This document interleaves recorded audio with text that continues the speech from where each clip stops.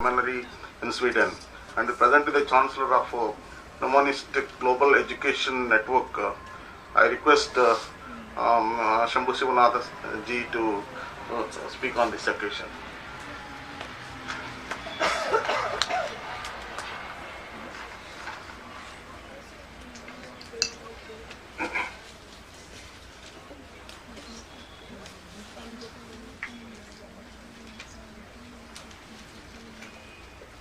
Respected Chair, the other panelists, and all our friends,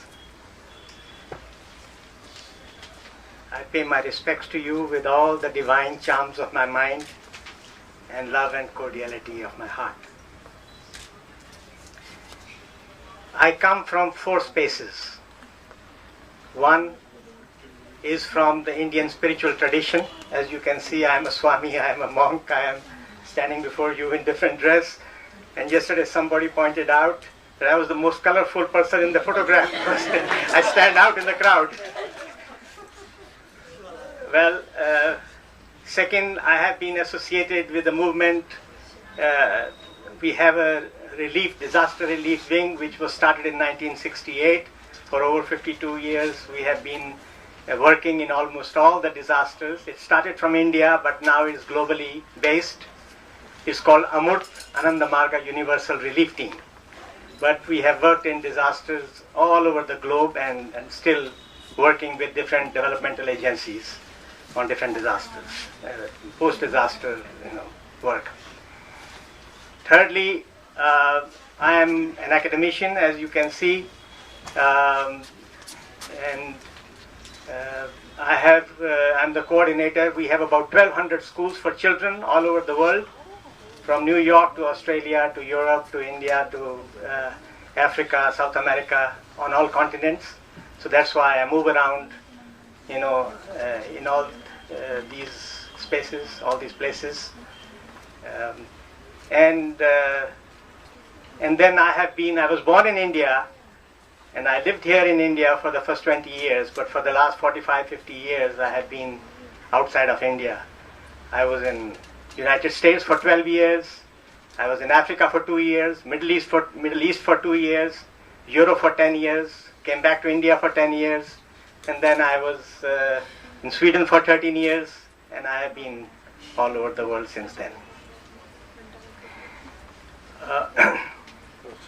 The Indian spiritual tradition had one speciality, and that was that it defined knowledge in two ways. One was called Paravidya and another was called Aparavidya. Paravidya is intuitional knowledge, knowledge of the self, knowledge of the spirit.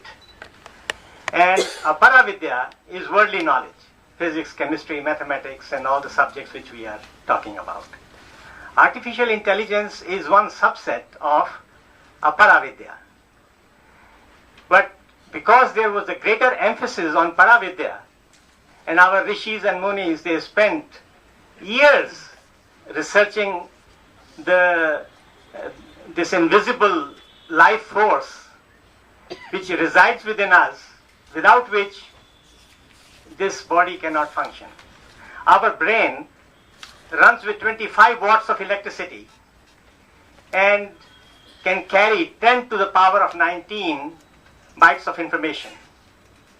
Means all the digital information which is there in the world, one adult human brain has the potential capacity to process that information, to contain that information.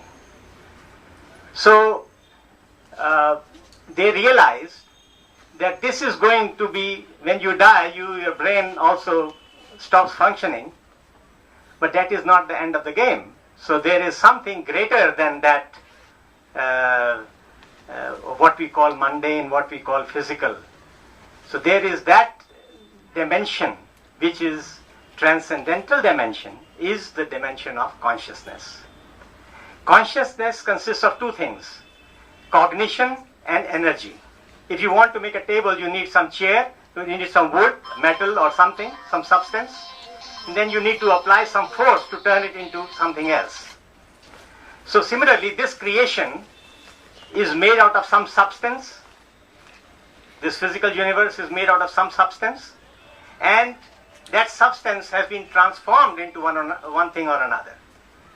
So consciousness, what we call Shiva Shakti Atmakam Brahma, that it is the composite of Shiva and Shakti, of Purush and Prakriti, of cognition and energy. So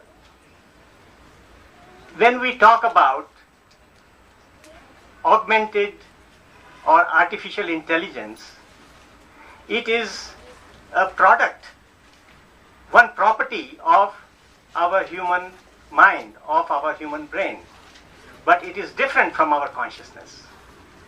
What gives us identity is our consciousness.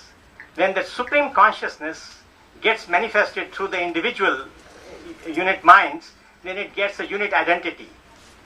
So that's why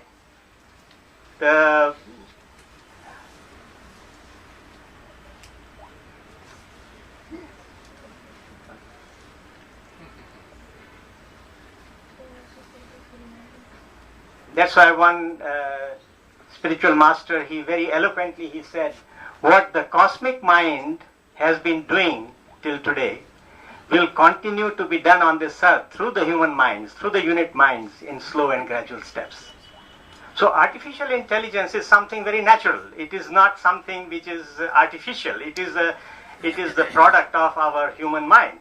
It is the extension of our human brain. So when we are mimicking this brain, we can create things which can function just like we are functioning. But still we have a long way to go in terms of developing or utilizing it to solve our problems of the human society. So one thing which I would like to point out is that I've raised few questions, and one is that this intelligence and consciousness, they are two different things. And if the intelligence takes over the consciousness, then we become robotic, and we become just like anything else in this world. But if the consciousness guides, consciousness, there is freedom, there is free will, there is a connection with the entire universe, with the whole cosmological order. So there has to be a parallel effort in order to develop the consciousness, in order to utilize this property of the mind, which is the artificial intelligence, in a constructive way.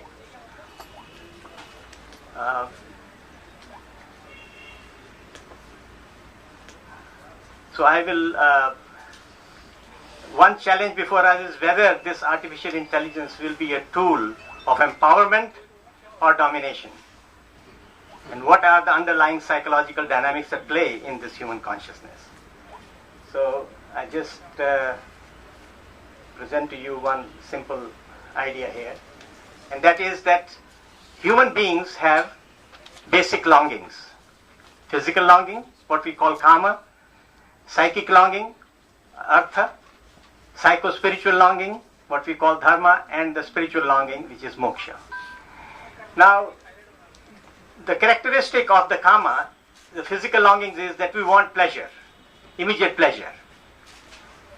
It is inbuilt into human biology that we want pleasure. But the problem is that when we go after this pleasure, we become addicted to it. And the more we go after it, the more we want it. So it creates, so we have a choice. If we go towards fulfillment of our mundane physical longings, then it leads us into an obsession or into accumulation, or ultimately what we call bhoga leads to roga, and roga ultimately ends into maran. Whereas the same propensity, if we apply restraint to it, the counteracting force is yoga of restraint. So in physical, the main problem of the today's world is that there is accumulation of physical wealth, and 1% of the population is controlling 60-70% of this world's wealth. No amount of artificial intelligence can change that system, and if you don't change that system, then those forces, they will utilize this technology in order to control the market, in order to control the people's purchasing behavior, and ultimately you become subservient to it. And then you are only supporting a system in which there is inequities, in which there is concentration of wealth. So how we can utilize artificial intelligence in order to reverse this trend? If we make the fulfillment of the multiple, these Millennium Development Goals as the object, if we utilize it for constructive purposes to create resilient and sustainable communities, then it can reverse the trend. So I think, but it starts from the human psychology. And we do not want only pleasure today, we also want pleasure tomorrow. And that leads to accumulation of knowledge, because with knowledge you can create wealth. And then in order to control that knowledge, we want also to control the power, the political power. And that unholy alliance of the control of all these things ultimately creates a system of domination. So technology by itself is not the problem. It's not the artificial intelligence per se which is the problem. It is how we use it, who uses it, and what is the outcome of it. That is the greatest challenge, for the human society. And that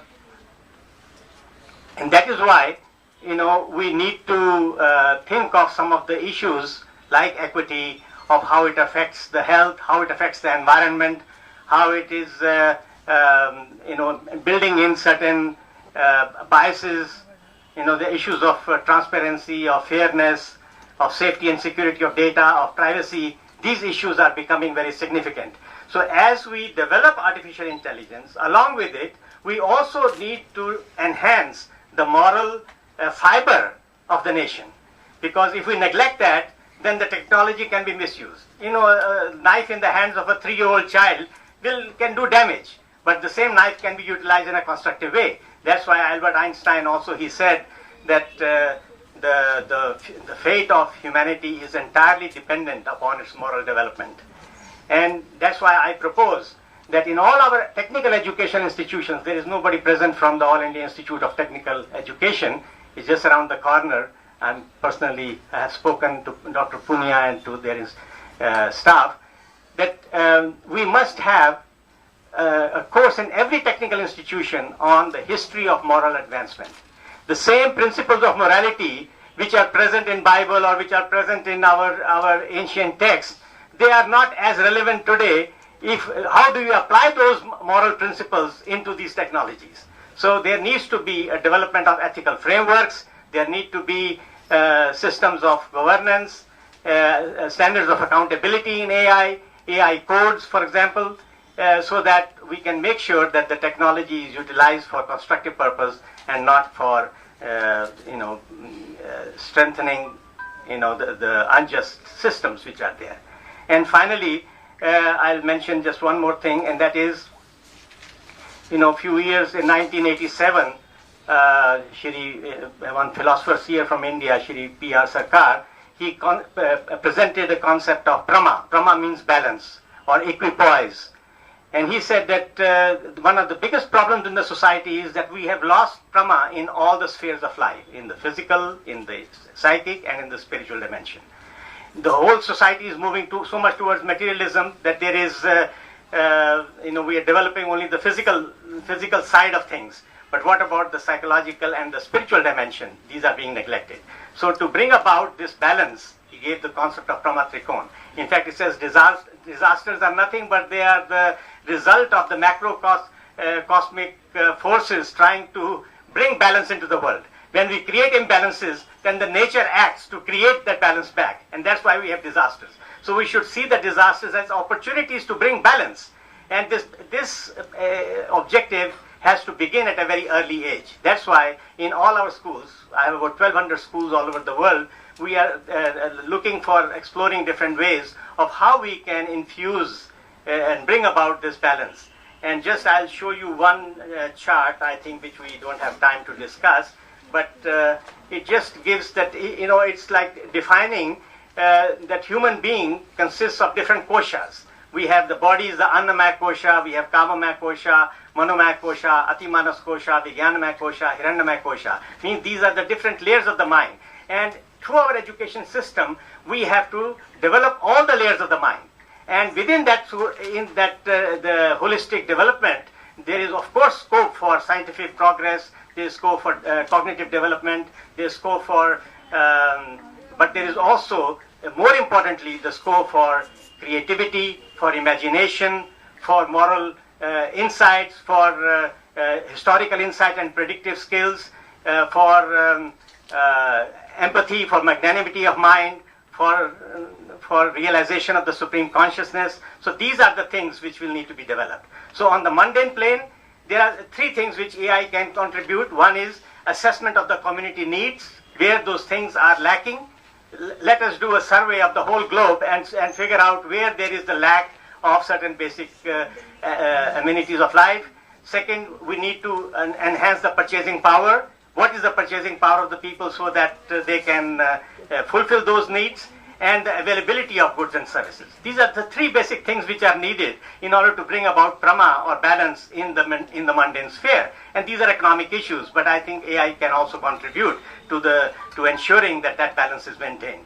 And of course, then in the mental and spiritual level, there are other things which can be performed. And finally, this is the idea of prama or balance. And human civilization is like a tree. If you cut it from its roots, then everything falls apart. So every society wants freedom, it wants happiness, it wants abundance, it wants progress, it wants justice.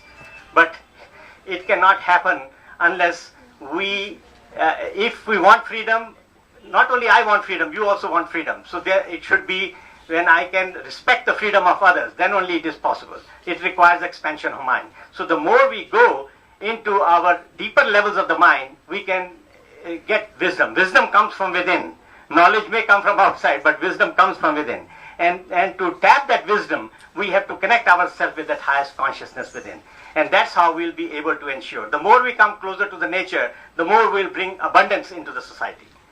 Because in nature, there is abundance. So I think these technologies have great potential in order to help us to bring about this balance and fulfillment of these basic goals, I think. But the journey has to begin from a very early age. And that's why I have decided to focus on the education of children. And I think even these days, the youth, even in the school level, they have courses on robotics. So it doesn't really have to depend on a higher education. Even many of these things can also begin to be infused at a very early age. And also, there should be scope for involvement of these children for service projects to create disaster relief teams to help in the different disasters. So this training, also survival training, and service type training can happen, at a very early age. Thank you. My master, he composed 5,018 songs in the span of 8 years. It is called Prabhat Sangeet. But among them, there is one song which is in English. So I will sing that song, and after that, for 1 minute, I will sing the chant, which is Baba Naam Kevalam, which means love is all there is. But the words for the English song is, I love this tiny green island surrounded by the sea, touched by the sea, decorated by the sea. I love this tiny green island surrounded by the sea. Am I a secluded figure in the vast, a little, a meager? No, no, no, no, I am not alone, the great is with me. So those are the words, and the melody goes like this. I love this tiny green island surrounded by the sea. I love this tiny green island surrounded by the sea. Touched by the sea, decorated by the sea. Touched by the sea, decorated by the sea. I love this tiny green island surrounded by the sea. I love this tiny green island surrounded by the sea. Am I a secluded figure in the vast, a little, a meager? No, no, no, no, I am not alone. No, no, no, no, I am not alone. The great is with me. The great is with me. I love this tiny green island surrounded by the sea. I love this tiny green island surrounded by the sea. Dedicated to Sri Lanka.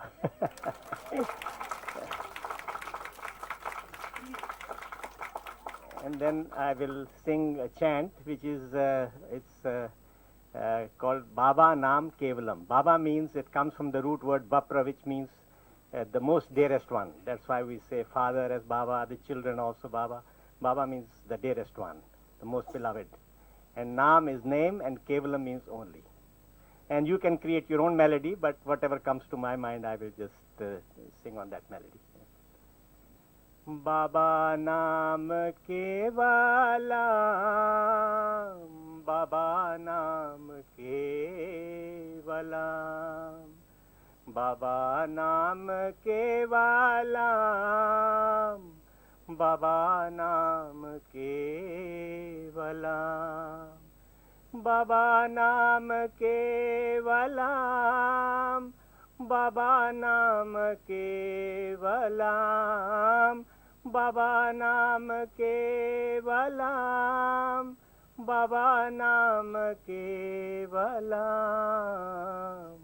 Baba Nam Kevalam, Baba Nam Kevalam, Baba Nam Kevalam, Baba Nam